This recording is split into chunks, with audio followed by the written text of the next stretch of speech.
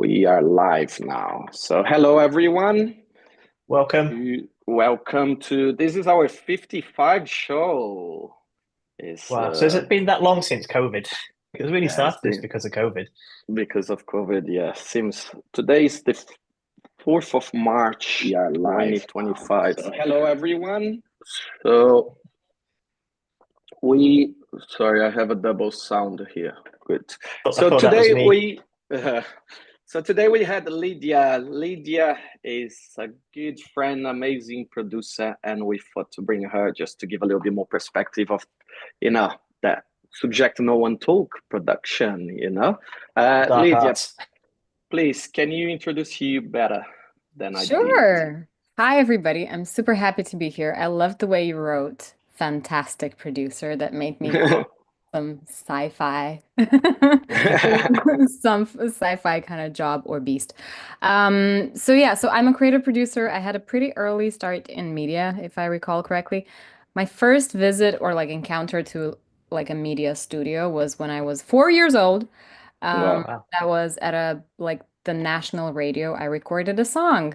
And then I started working in TV at like the age of 7, going into like live broadcasting around that age. So I was Wow. used to like crazy stress levels from that time. And then yeah, I went into my career has always been like half music, half production. So I had like media gigs, but then at the same time some music gigs when I was a teenager.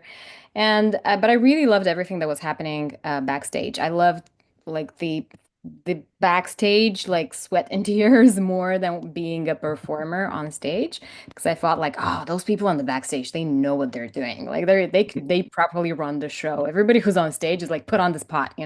But everything that's happening backstage has like a certain crazy logic behind it that I wanted to learn about. So I ended up going into studying media arts with a focus on producing and cinematography in my university years. Then that took me into all sorts of like runner, production assistant jobs on like TV stations. And then I came back to Moldova, which is like the small country where I'm from. Um, so I came back from England where I did my studies. And in Moldova, I suddenly jumped from like being just a production assistant role that I had in like London to being like the main senior producer of like a TV show because there's that many people in Moldova that could do that job. And I was like, yeah, sure, I can do it. But then that was fun because I was that classic kind of like one person crew team. Like I was an editor and an operator, and I was the producer and the talking to all the talent and the director, What did they call it? They everything. call it a predator, right? Is that right? A predator? That was That's the what they slang I call. heard. Great name. Yeah, I think so. Something like that. Oh, that's awesome. Then I went into like documentary production, so I produced a feature documentary film, and then I finally got exhausted from all of the live action lifestyle, from all the weather craziness, like talent allergy list, police permits.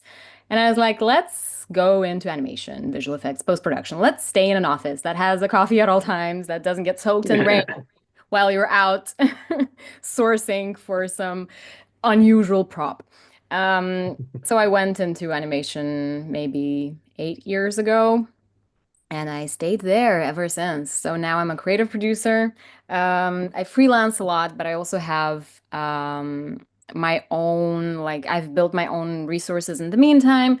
So I'm like a creative producer plus, if I can call it like that, because I usually the best place where I feel the best is when I assemble teams for specific projects. So I kind of like become an ad hoc little production studio whenever needed, or I just freelance as a creative producer and all the other Can time. you can I ask you what means a creative producer? You Oh know, my God. Yes, that's a great question. yeah. Um, well, are we asking for people who like know or for someone who wants to get into it and like, do we No, want to just in encourage people to general. be one? I think a general Yeah, overview would be good. Yeah, yeah, for I think both a parties, general really. overview.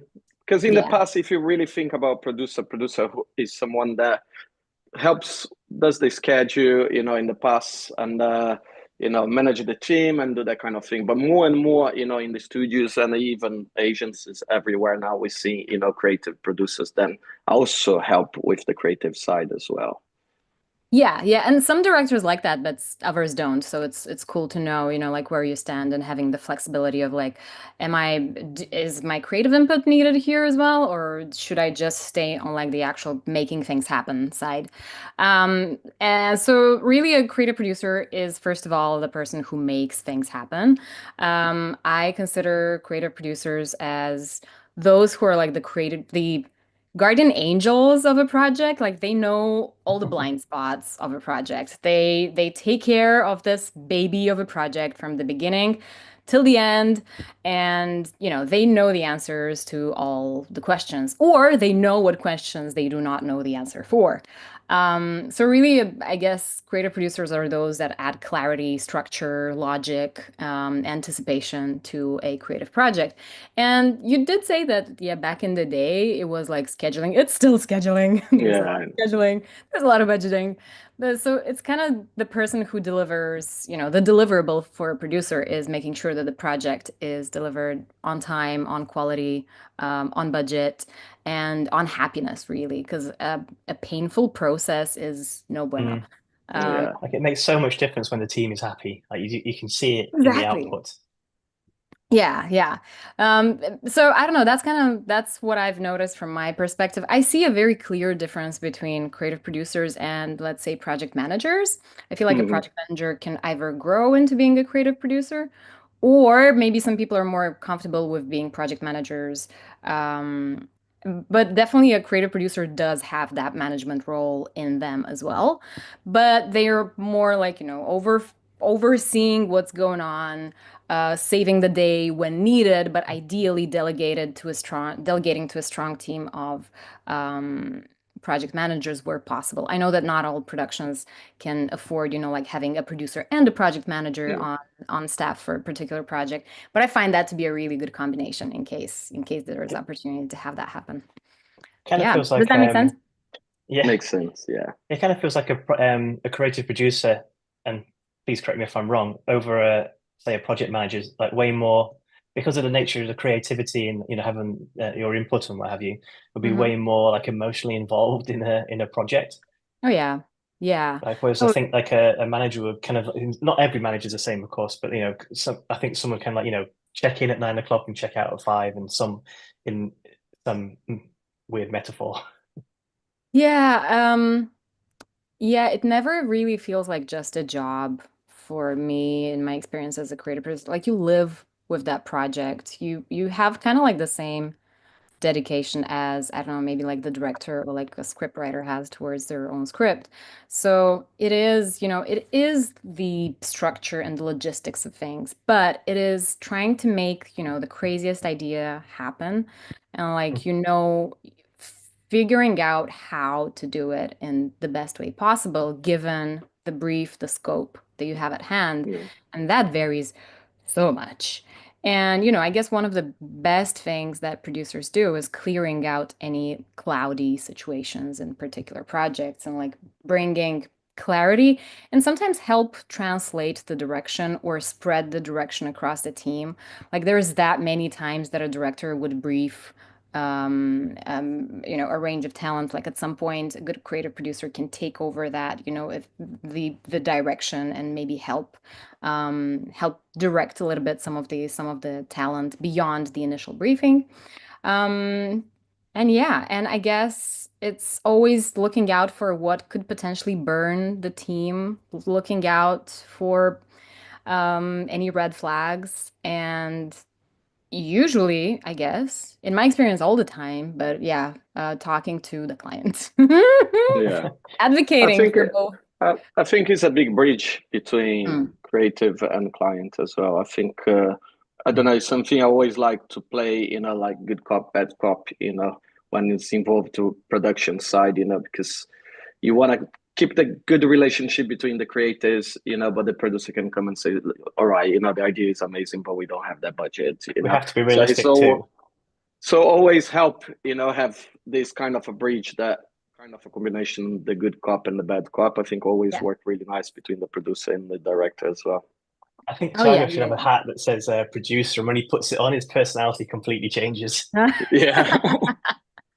Oh, that's great. What about you? Like from your experience of working with producers, like what sort of stuff, what sort of skills are you looking for when you work with one? To be honest, Uh, when you were saying earlier about the creative contribution, I quite like it because I quite like the collaborative aspect. And when like a producer is creative as well, they're going to think of ideas that you don't think of, Mm, and also they'll when you bounce ideas around, it's nice to get like a realistic perspective of what's achievable, and they'll probably have a better scope of the overall team and all that kind of side of things. hmm. What's achievable within the time frame. and Yeah. I think also, like easy, I'm not going to say it's easy, but you can be directing three, four projects at the same time. But without having a solid producer on the projects, it's really hard because then you need to manage client, you need to manage team, you need to make sure everything is running, is smooth, find the problems. I think there is a phrase I always use in the studio. A Mm, good producer predicted the problem before the problem happened. Once the problem yeah. happened, and I'm not gonna say anyone can solve, but it's easy to solve that problem. But a good producer knows that problem before the problem happened, and she solves that thing. I think for a director, he can Mm, have the same mentality on the shot on with the creative, but without a producer running that, I think it's just impossible. I think it is a key element of any project. yeah. Yeah. I mean, you do have producers as well to not let anything slip through the cracks. And like sometimes things do happen, sometimes things slip through the cracks, but that's like the biggest nightmare for a producer, I guess, when they realize like, oh, Oh how could no. this happen? And then so yeah, I guess that's one of the biggest potential nightmares. But I think it's also like a constant like balancing act, trying to manage the trade-offs between like the cost, the quality, the time, the expectations. What is the final actual value that is getting produced in a certain project? And yeah, I can team morale, that's a big one. Like team morale within the team, but also like the karma of the project in communication with the client as well. Like you always like Mm.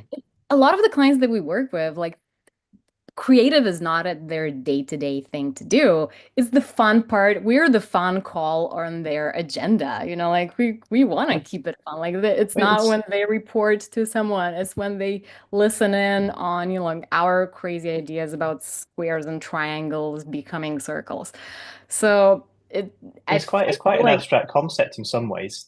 mm, Obviously, if a client's in like some big industrial company or whatever, it's kind of yeah, they'll know what they want, but the process might be a little bit eluding. totally. Yeah. Yeah. Yeah, I Um, think the producer helps a lot translate that, to the client because without Like it's Babelfish. yeah, it just can get lost. It's so easy to get lost with clients sometimes. Yeah, so You it's know, definitely there's always that listener role, but also like an advocate because you don't want to be like a total like yes, yes, client pleaser. You need to know where the balance is and what's doable, where you need to consult the team, and when you actually know the answer to a particular question. So you got to be the advocate for both the client and your team, and be a good listener on both sides because it's not. mm, Again, we're people working with people, like we wanna do cool stuff and still be good Yeah. people at the end of the day. Totally, totally. One the other day we were talking about, is one thing I quite feel we're missing quite a lot. The more and more nowadays we see, more, let's say, motion designers, animator coming, doing a lot online courses. We see more and more people working as a design animator, motion graphics, but we don't see as much producer coming out. I think. It's a lot easier, you find animator. It's a lot easier you find a Hmm. design, a 3D guy, but it's so hard when you need a good producer as well. Why do you think that? I think there's multiple reasons for that. First, we're too busy to talk about ourselves. We're not they're so not as busy at narcissistic the as end of us. the day. Then it's very hard to build like a shiny portfolio as a producer. Because, like by the time you build a portfolio, like a visual portfolio, you're already managing the next project. So, and also like, just putting pretty pictures out there on your website or creating a reel is not really what talks about your value as a producer. So I actually started, and I keep looking at whenever I see a producer, I'm like, oh, they have a website. I'll go and check it out because I'm curious. How do we talk about our work? How do we talk Yeah, I about agree. what makes us different than the others? So I started putting together like a website where I'm talking about like particular projects and what the challenges were for those projects. But it's the type of stuff people would have to read, like not just look Yeah, at it. Mm. Or and no one maybe I has the just time. create a podcast, about case Yeah. studies. It's case studies that and how you creatively solve a specific challenge that make you tell your story of your production experience. And you could have done an amazing producer job at something that maybe doesn't look the shiniest in an Yeah. artist's portfolio, and at the same time being just like a meh producer on something that is like award winning. But of course, there's so many situations, so it's very hard to like just put your work out there. So I think to answer your question, one is it's hard to just like notice someone. Two is again busy people, and three is I don't know. Did a lot of us go into like the IT Do you industry? think we have enough producers around? Um, I don't know, but I'm biased as well because the less there are, the better off I am. It's true. It's true. But you But at the can be same only time, one. That's the problem. yeah, but at the same time, I really thought of like, I'd love to be able to delegate to someone, some of like build maybe like an army of producers that I could Yeah. onboard together with me for bigger, more complex projects. Like that would be a total dream. If I could figure out how to like create like a training system to raise producers or to enhance existing skills for maybe like junior producers who want to learn on the go. That's something that's been on my mind. I don't know if the world needs it, but your question prompts me to believe I think it does. that. UK, we have APA, is the Mm, Advertisement Production Association. mhm, They do once a year called Production Masterclass, something like that. mhm, It's a full production course for producers. The thing is, I think when we talk, I think when we talk about producers, there is a two different ways. There is a live action producer that is on set and hands on, and there is animation producer. Then I think we have a big need for animation producer, and it's mhm. not the same thing. You can manage a project, but you can't Mm. produce the two. Is they complete different ways how you produce It's animation or understanding live the action. workflow. Like the workflow is so different. Complete, yeah. Mhm. So I Yeah. think there is a big need on there. I think there is a lot of producers out there, but Mhm. on the live action side, I Yeah. don't see as many as animation as I Mhm. wish. It's really hard. Is that because like live action is seen as whether it's true or not, it's a different matter, but could be seen as more the glamorous side as opposed to I'm just in a room Oh. full of people with long I beards. think also there is a lot more work. Live action is always a shooting going on. You can Mm. see a live action studio and the shooting is bigger.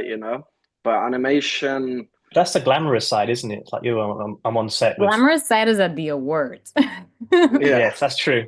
I mean, yeah. perceived glamorous. I'm hanging out with Mhm. I don't know Johnny Depp or whatever. I don't. Maybe that's a terrible example. No, Animation, but we talk what, like 30 years, like motion design, what we do. We talk like, you know, it's a boom like in the last 15 years, 20 Mhm. years. I've been on the industry for 26 years. There is probably, another 4, 6 years before that. Live action is always there, so I think it's an industry that grows a lot more than animations. So I think we need kind of get more producers in animation now. yeah, I feel like because again, with my background in music and a little bit of film and just like what we see overall in like entertainment news and awards and everything, like producers in music are super gangsta. Producers in film, so gangsta. Producers in animation, So hard. No, it's not a different skill set, really. It's not, I don't know, is it a different personality? I don't necessarily think so. I feel like we should we could be louder, we could be more, we could position ourselves Yeah. as it's still But producing. It's producing maybe because animation, I mean, again, feature animation is potentially different. Like in advertising or in motion projects, they're faster, they're shorter, there's a lot of turnaround yeah, one to the other. So maybe that makes it feel as if it's less big, but no way, it's not. It's yeah, I think still massive, but I I feel we think should it celebrate less ourselves glamour. more. Yeah. I think it Totally. needs to have like a community. I just don't think we see much out Mm. there. I think even like podcasts and places like that is always more focused on animation. I remember watching years ago about completely forgot his name, but he used to run Giant Ants. Did a really amazing talk once and was great, but we don't see much come out of producers. Seems like more a hidden thing, and I think we need to understand a little bit more and see more. Because even like when we need as a freelance in the studio, it's quite hard to find. Hmm. So do you like search for when you search for producers, like how do you do it? Like do you post jobs out or do you like search We do for post them? jobs out, but in the end of the day, I'm a little bit old school. I trust in recommendation. I think people can crucify me for that, but I think if we talk 20% of the industry is amazing, maybe that's quite a lot. I think there is a lot is oversaturating in every aspect, and it's hard, when you don't have the time for the project, you don't have the budget for the project, you can't really testing people. I think recommendation is always the way, So that's why I talked to you before, having an arm of producer, that you trust and people trust you, that helps quite a lot.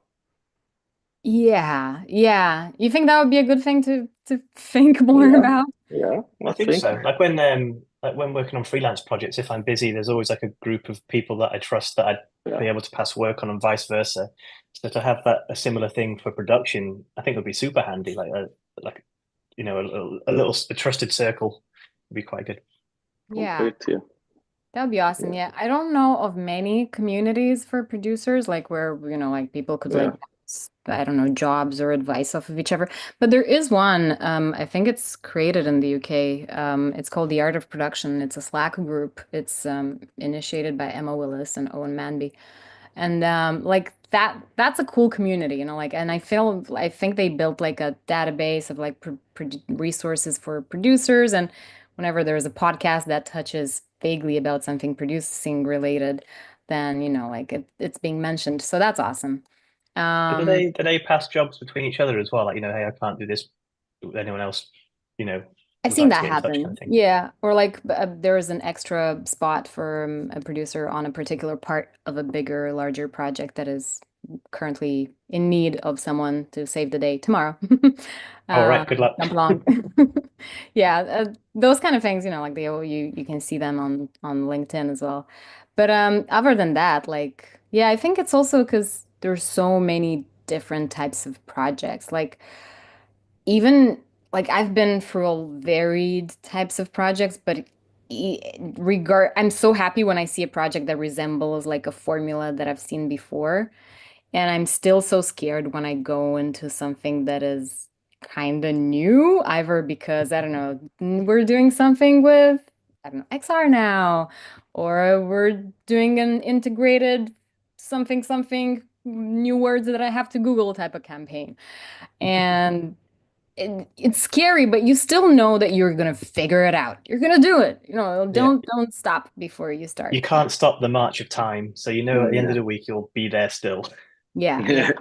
And I And think I that's alive. the biggest job of a producer as well, and I'll figure out a lot of things. mm, I think that the producer is the center of the whole project, to make sure the team is running, the team is happy, the project is running schedule wise, budget wise, the director's view is getting there. So it's quite a lot of jobs as one. It's not like, oh, you sit and design. No, you need to manage so many different aspects of the job at the same time and make sure everything is running. So yeah. it's quite easy to miss out something there, I think. feel like we need to set up like Produce No Evil Moldova, This get Yes. producers together. I think that'd be quite handy. Yeah, that would be awesome.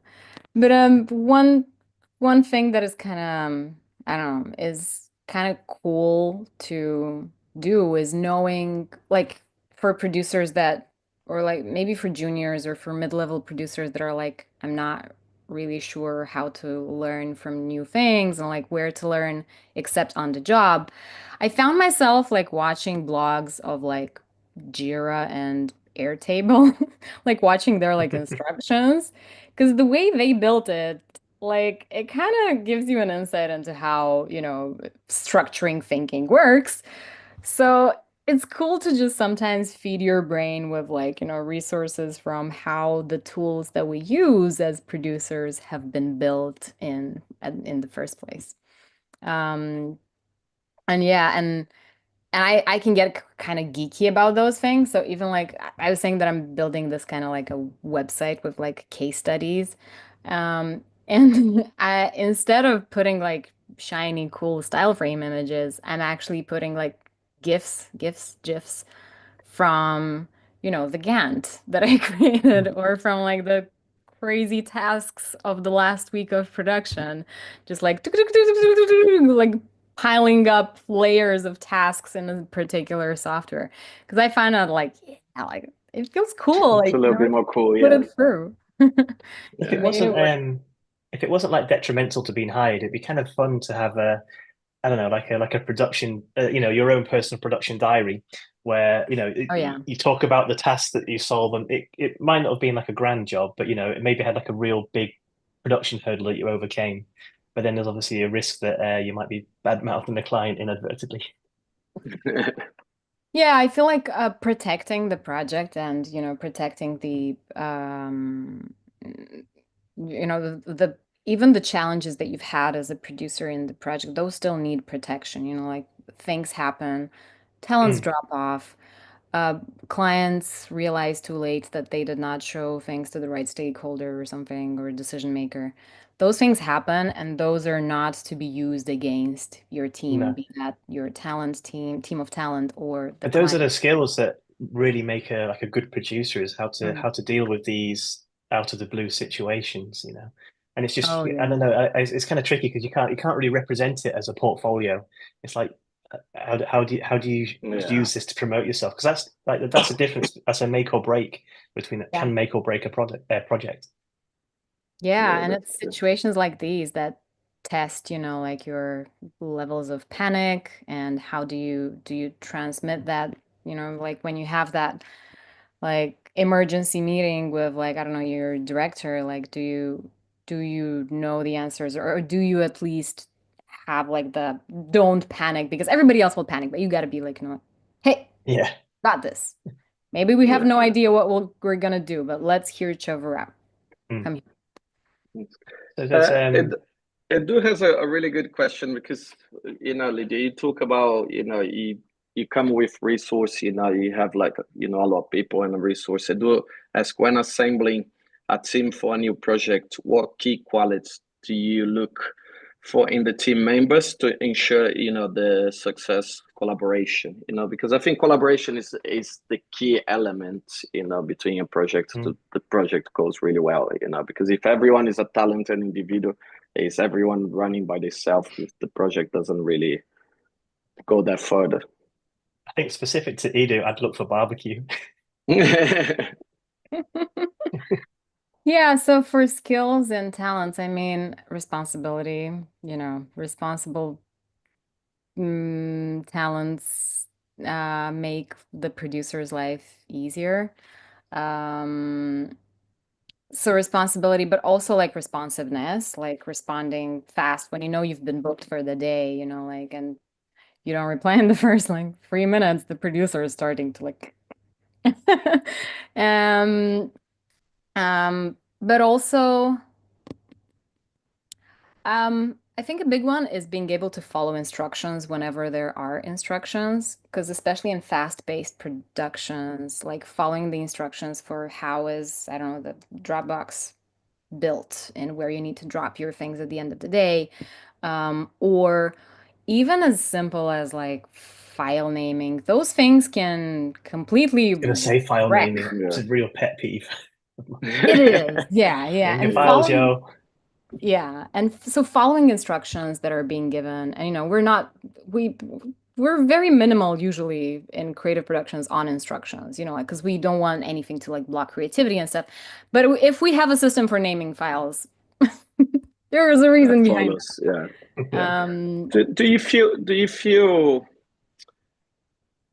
feel it's more important to be collaborative than talent when a team on the project? Because I see a lot time people is so individual that he's super talented, but he just shuts in his role, doesn't respond much, and it just kind of make really difficult to work with, because especially nowadays, then everyone working remote, you don't know what is going on.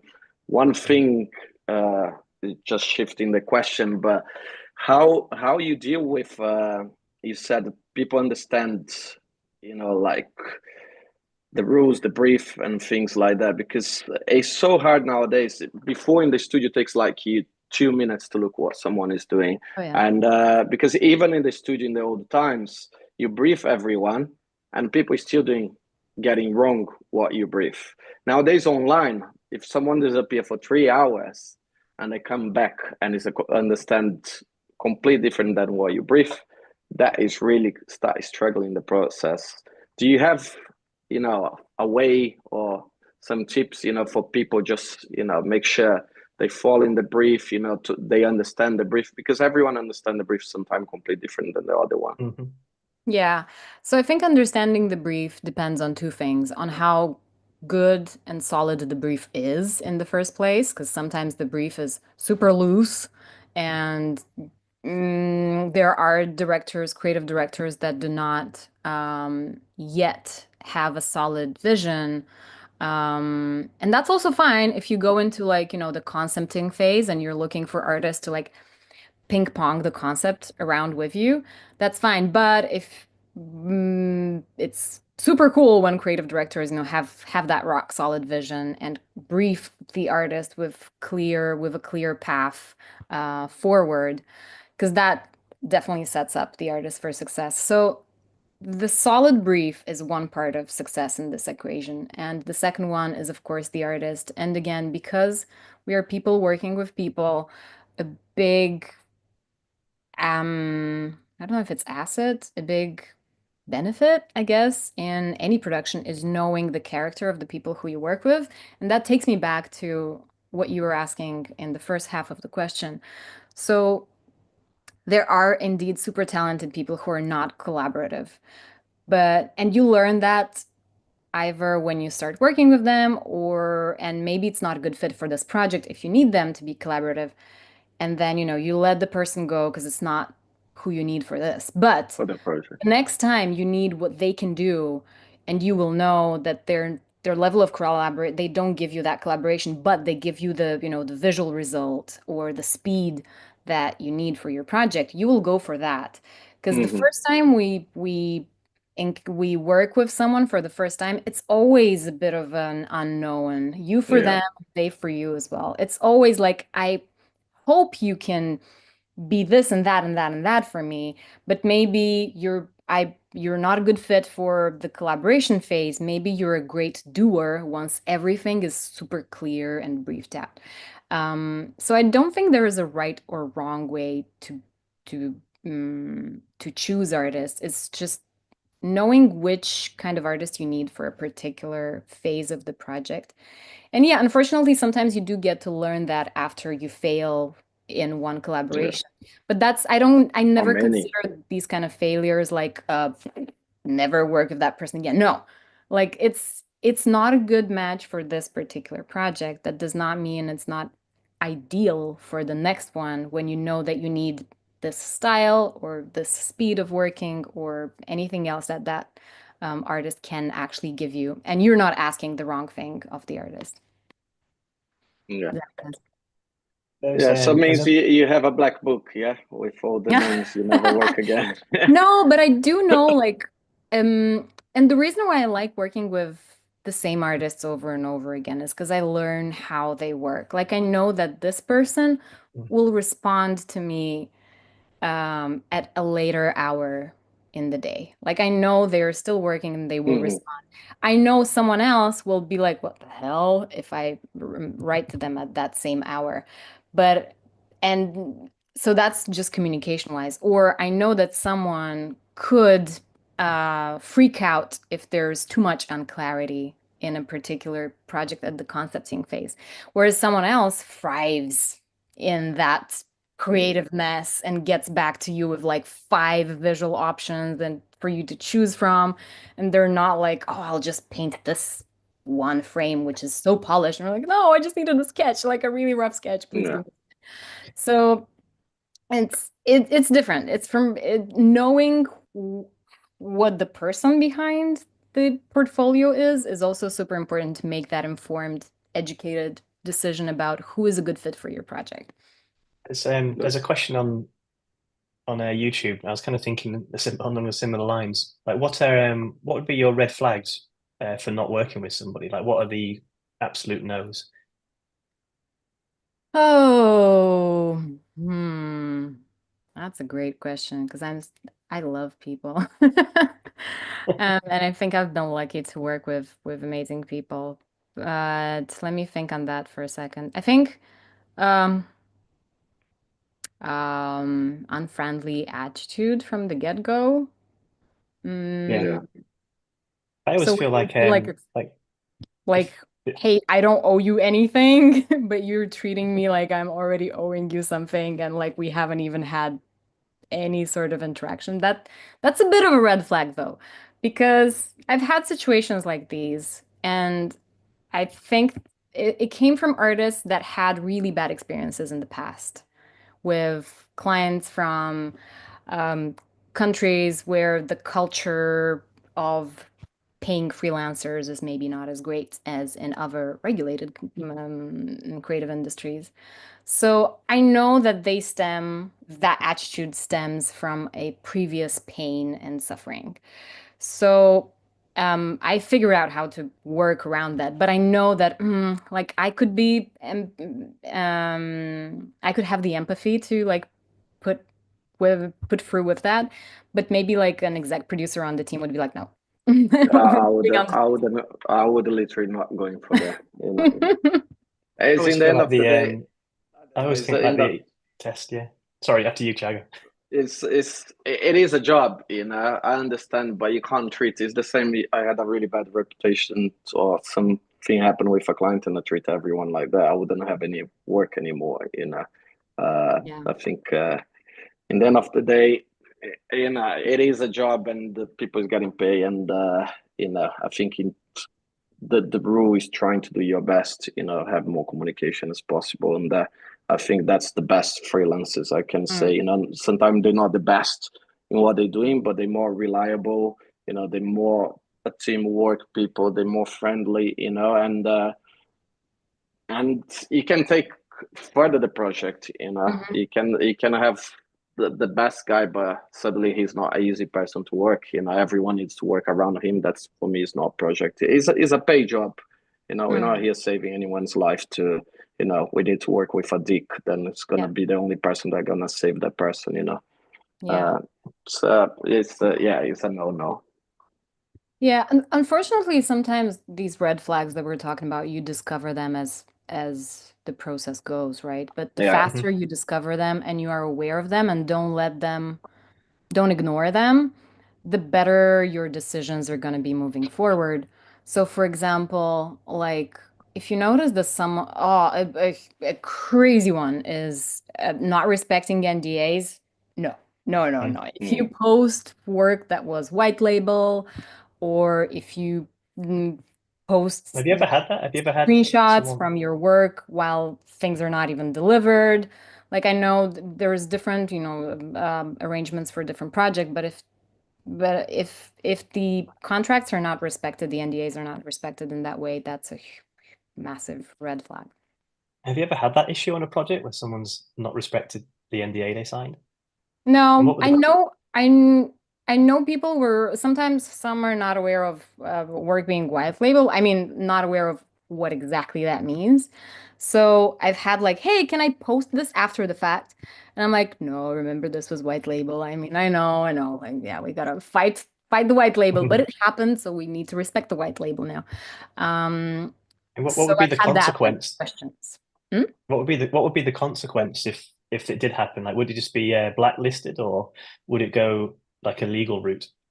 Oh, I have not seen many legal routes in our industry. I think there's a positive industry karma where the Yeah, industry yeah. is pretty small and things get like amicably I solved. think it's quite. I think it's quite hard to go legal. Well, costs would be too And high, I guess.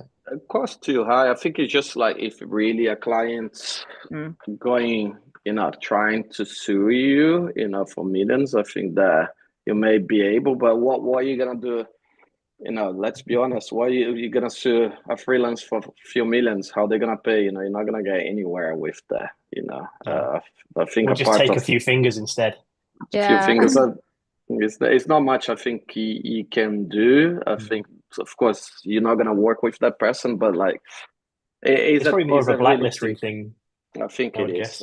I think I worked like years ago when I used to freelance. We were doing the gladiators when the gladiators came back. I think on the Sky, I did all the whole visual for that, and someone designed the type, but basically that person bought a type from someone and didn't pay the rights, Oh and they dear. didn't say to the Oh studio, and yeah. the client, the person that created the show was massive. He came against the I think was Sky at the time, and they sued them for a couple millions, and that was like a Wow. massive problem for the studio. I don't know how that ended up, but I remember that was a big shit. Man, whenever I work on like a rebrand or typography base, the first thing I do is ask them, what's the font situation? Can I use whatever I want? Yeah, That's that's basic. That's like the first question you Yeah. ask. it's basic, but you would, but a It lot of people happens. forget the Yeah, basic.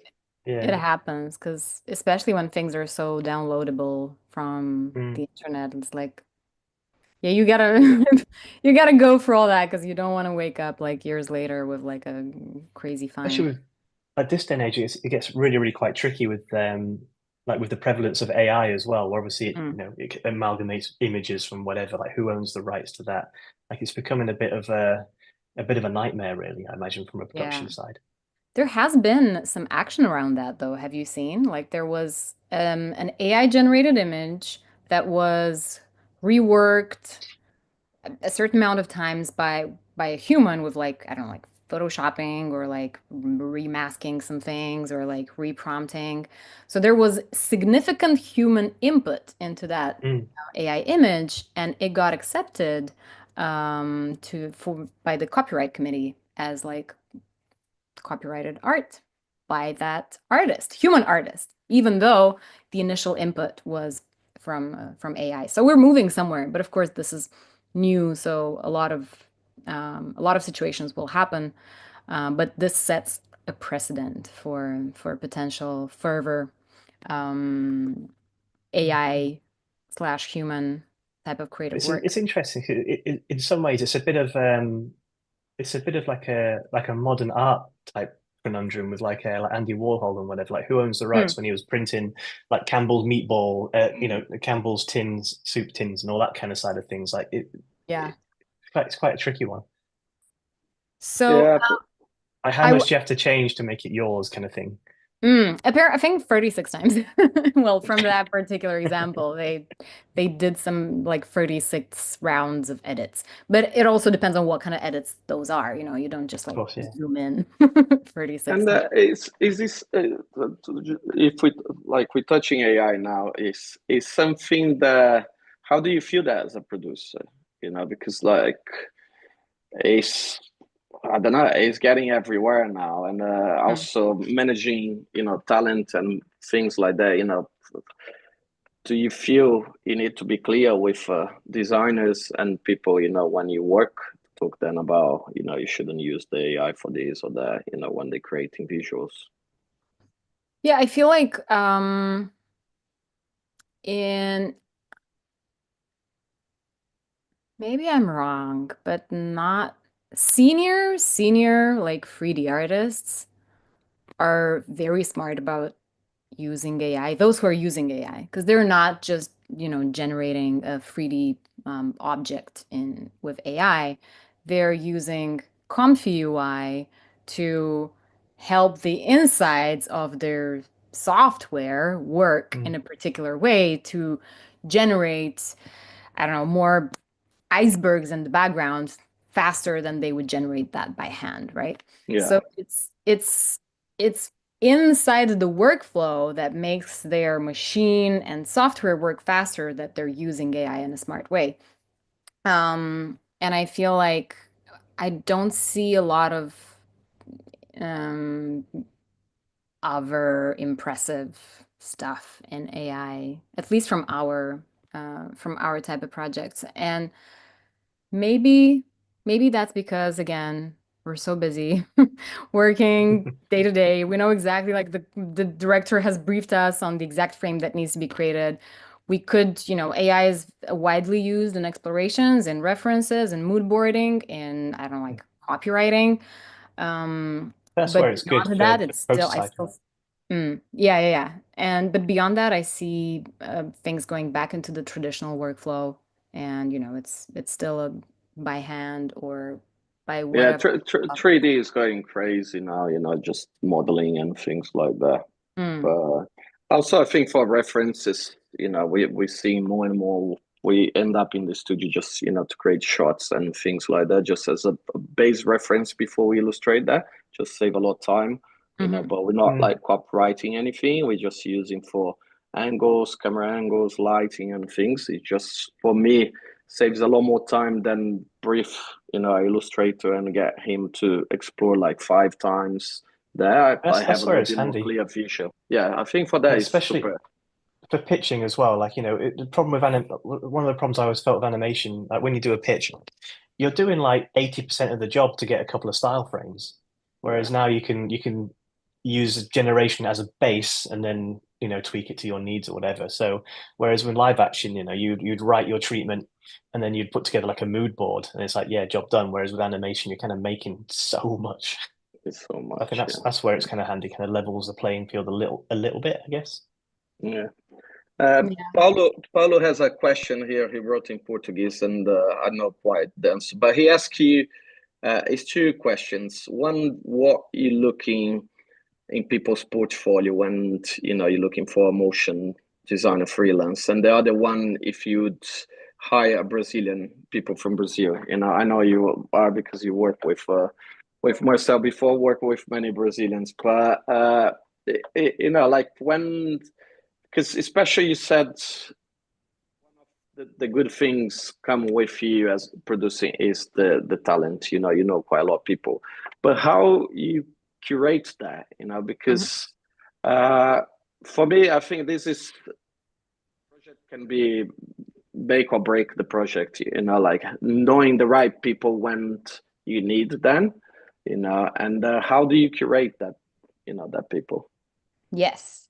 So, first of all, love artists from Brazil. Had the chance to work with a lot of them. So, hello, artists from Brazil.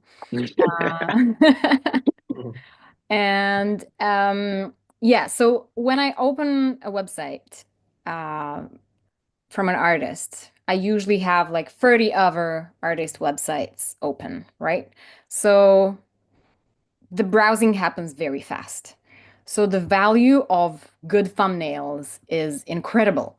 Your project inside the project may be amazing, but if you chose the wrong thumbnail for the first frame that I see on the website in like a gallery mode or whatever, if that just has like the logo of a TV channel, it's not going to be as impressive as the best frame from that project, even if it doesn't say the amazing name of that client.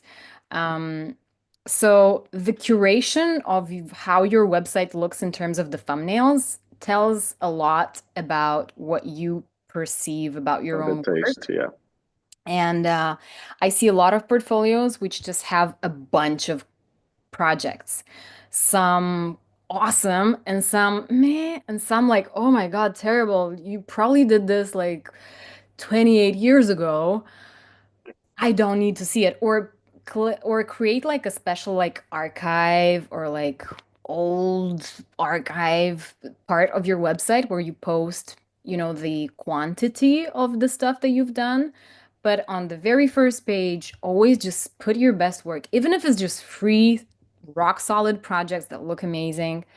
Just post those free. I know you've done a ton. Post that in your either description or in a separate page, but showing that you can curate your own work and select and be very frank about, I have these free pieces of work that look amazing, or one or two, or I don't know, five is like the golden, like, great, let's go, let's work together.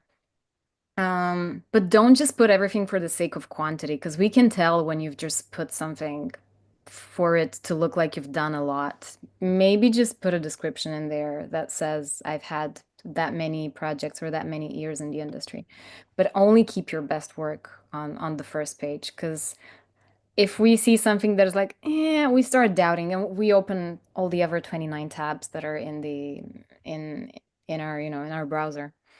You have So a show reel on the first page. Is that a good idea, or is it better to have projects?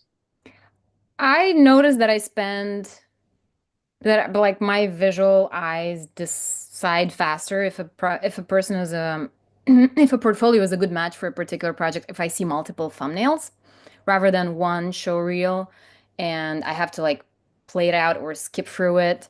Mhm. Um, so yeah, I'd suggest a gallery mode, but also of course if you do have a show reel, do I'm put going to that change my one too. website. I'm sorry. It's funny you No, no, no. saying that because It I depends on what think kind of artist you are as well, though, because like I think Yeah. this is a I'm talking, different I'm thinking mentality. illustrators. You're talking, and I think this is because the show reel, the whole idea of the show reel is to send to someone and show what you're good of Mm. Mhm. in, let's say, a minute. Show your best things, So for someone doesn't have the time, when you Mm. send to Show reel a duration was my creative, next question.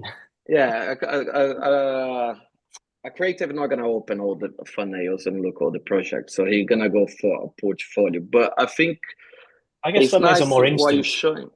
It's more instant, and I think for a producer, you go more in depth with someone's website because you're looking Yeah, specific for that. And I yeah. think a creative is like, oh, this guy looks good. He animates good. The design is good. Nice. But I think for your point of view as a producer, you're really looking into, I need that kind of person that does that kind. So when you see all the thumbnails, I never thought that way because I Mm. don't really have the time to look people's project. So I think the showreel for me, the first 10 seconds tell me if he knows how to animate or is Mhm. a shit. So that saves the time and go next.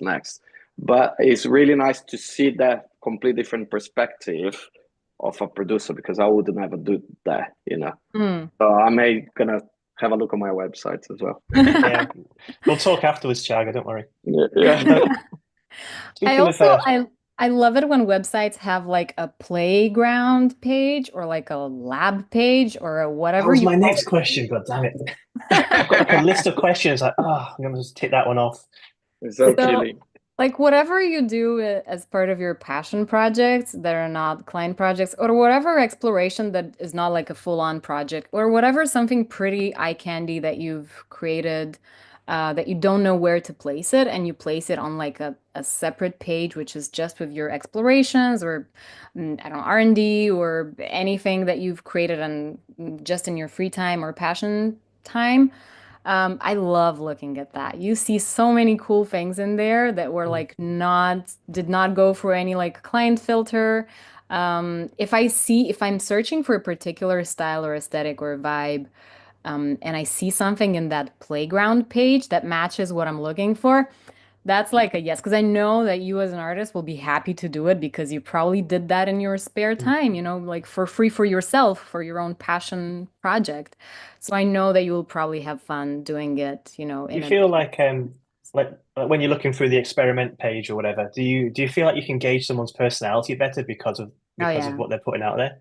Yeah, yeah. There's usually like sometimes there's humor, sometimes everything is super abstract or super like dark and mystical. So yeah, you can tell.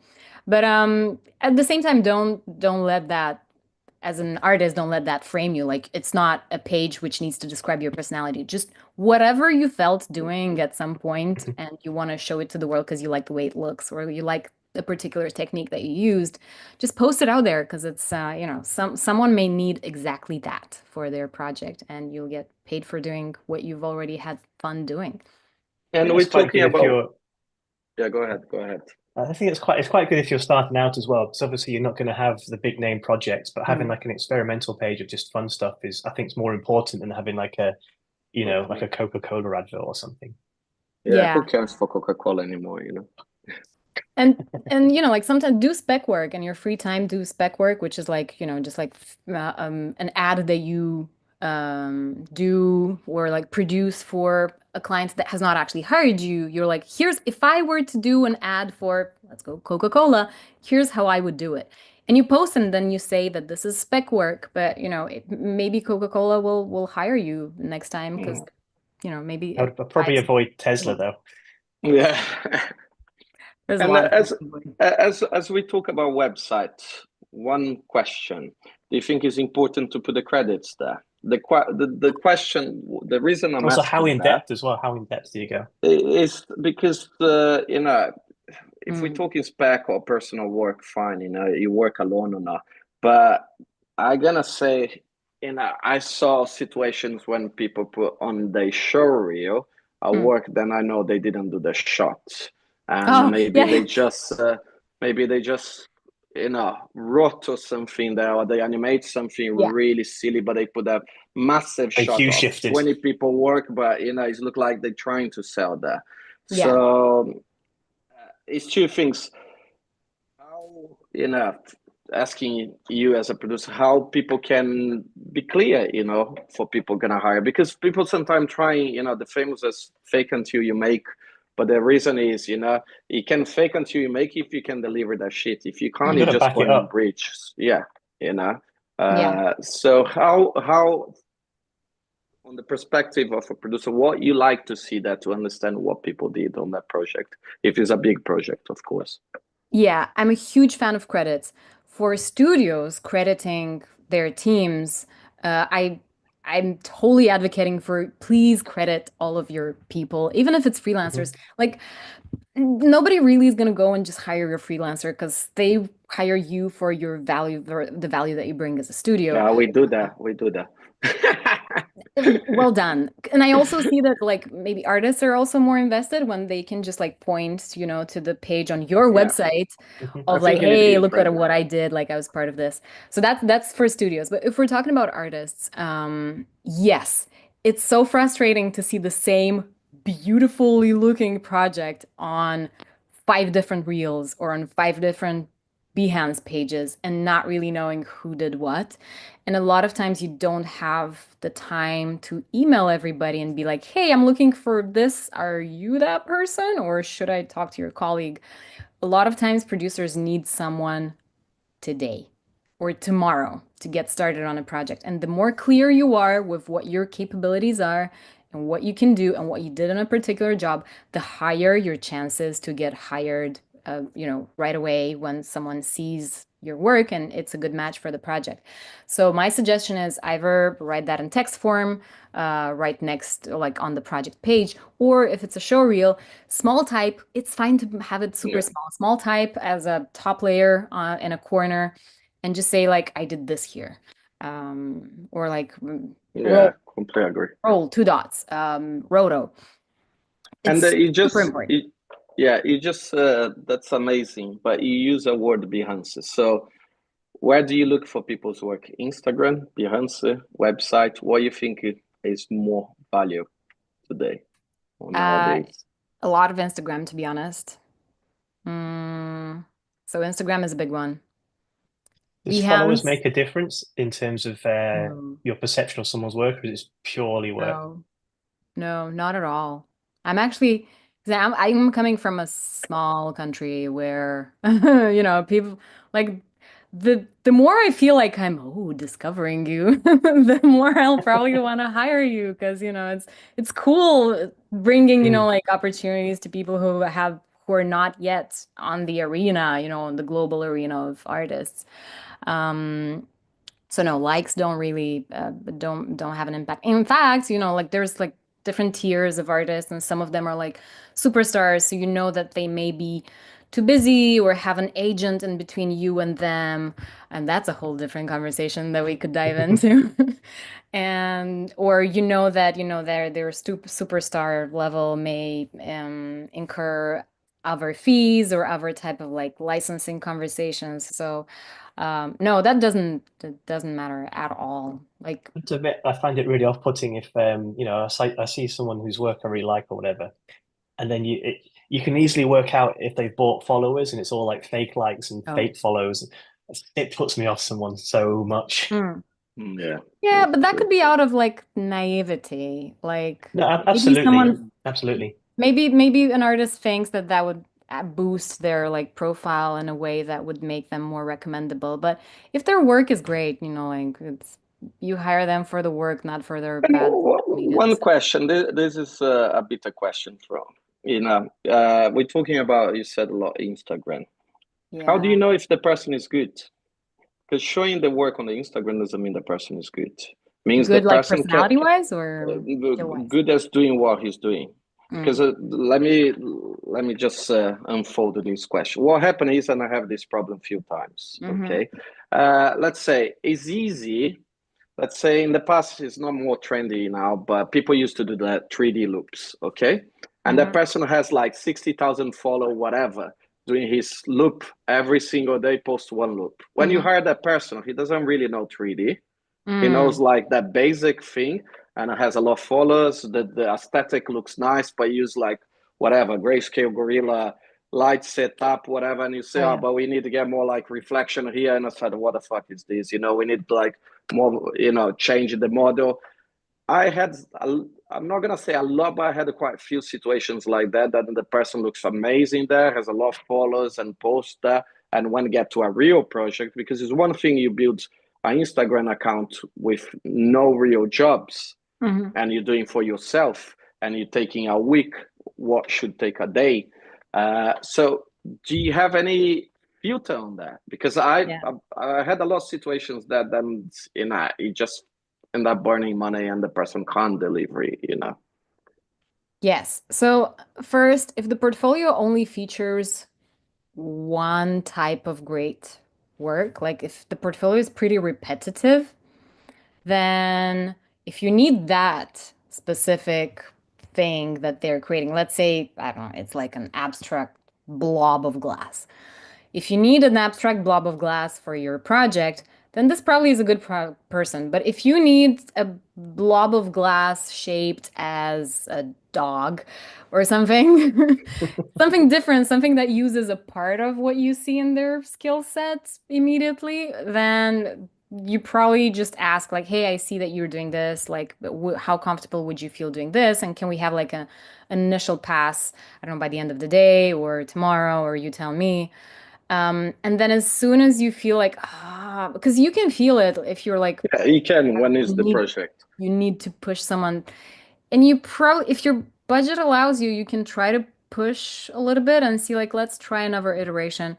But if not, it's absolutely fine to say like, hey, we're not in the position to like continue on this one. Let's opt out for now and like we'll have someone in a reserve. And that's why like having reserve artists or like maybe that's not a great word, but like having I don't even know what a better word could be. Having like a gallery of artists that could jump in Artists, you in can, yeah. case someone drops out. That's The super the great. only problem I feel is that's why I said how people to be honest on the website, because Mm, as a studio, I feel a lot. People sometimes so desperate to get the work and mm, hide some things, but people forget you're gonna get higher project than you said you can do, but you can't do. The only thing happen, you're gonna get that project is like you said, you're gonna let that person go, so you're gonna pay 1 2 days for that person, but you're not gonna hire again.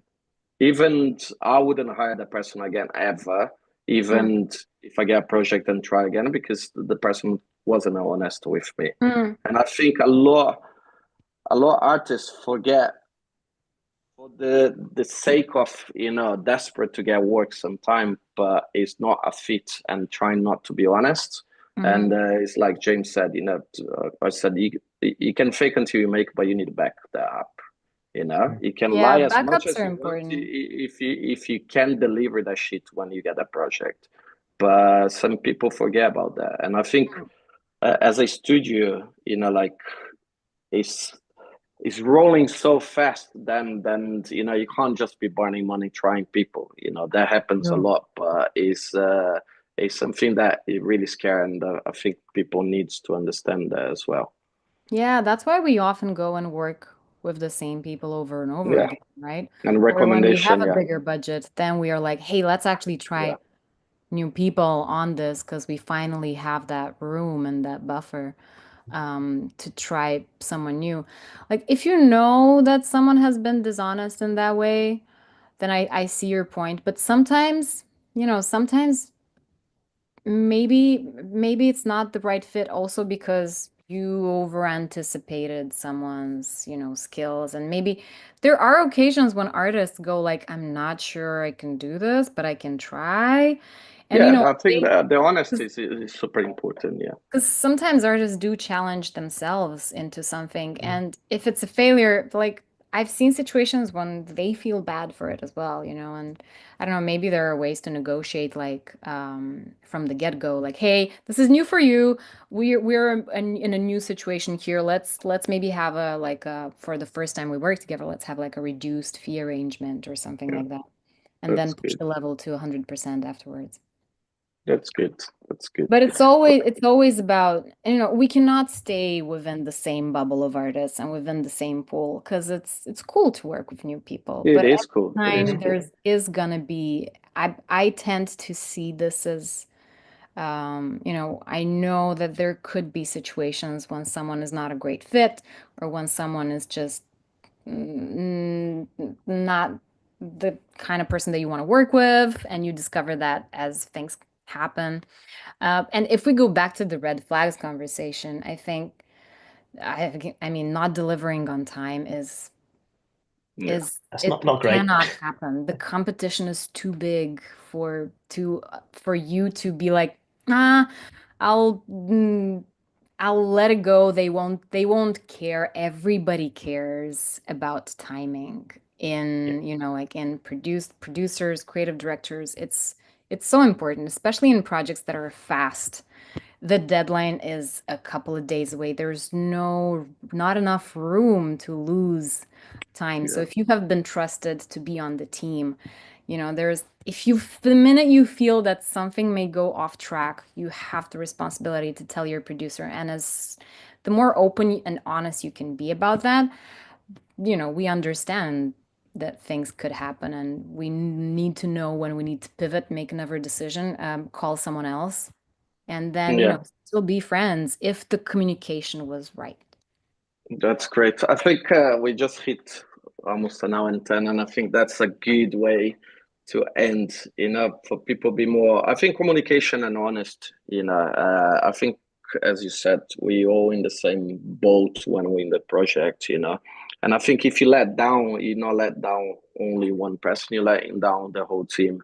And I think the early you can say, if you can't deliver, it's fine. We're humans, we make mistake, but go to your producer and go and say, listen, I expect, I'm gonna take 1 day, but I think I'm gonna take me 2 days, because that the producer can move things around to make things work. But once you hide that, it's too late, Mm. Yeah. to fix problems. everything can be solved with communication. Yeah, Everything. But on a At the similar right note, time. yes, yeah, don't yeah, wait till the minute Yeah. before the We can deadline. have a great, sincere dialogue after everything has failed. yeah. I think on a similar note, I think someone else asked this similar thing in the chat as well. Like how do you, like you mentioned about morale and all that kind of side of things Mm. earlier.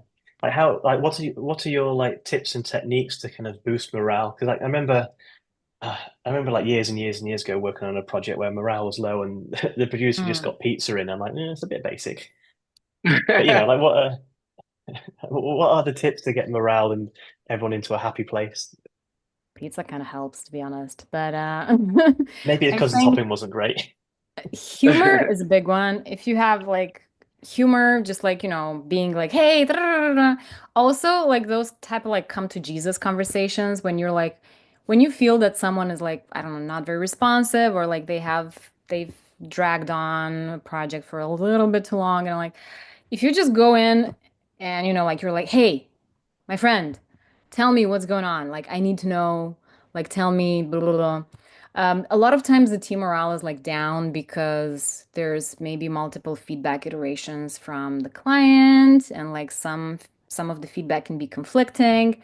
And then, not presenting that as a another thing that came from the client. The way you present it is also important to make sure that, hey, we're playing around here. Like let's ping pong a little bit on this thing together. I've seen humor solving the craziest situations, especially on set. And like on set, people are in boot camp mode, like super stressed because there's like 2 hours until the sun is out, right? And like I've seen humor solve the most stressful situations. But of course, humor is not, maybe you yourself are very stressed and humor is not your your tool at the moment. So I guess just constant communication with the team just so they know that they have a listener in you. And that can either be you as a producer or maybe you're like resources person if you have in the team, if there's someone that is dedicated to resources.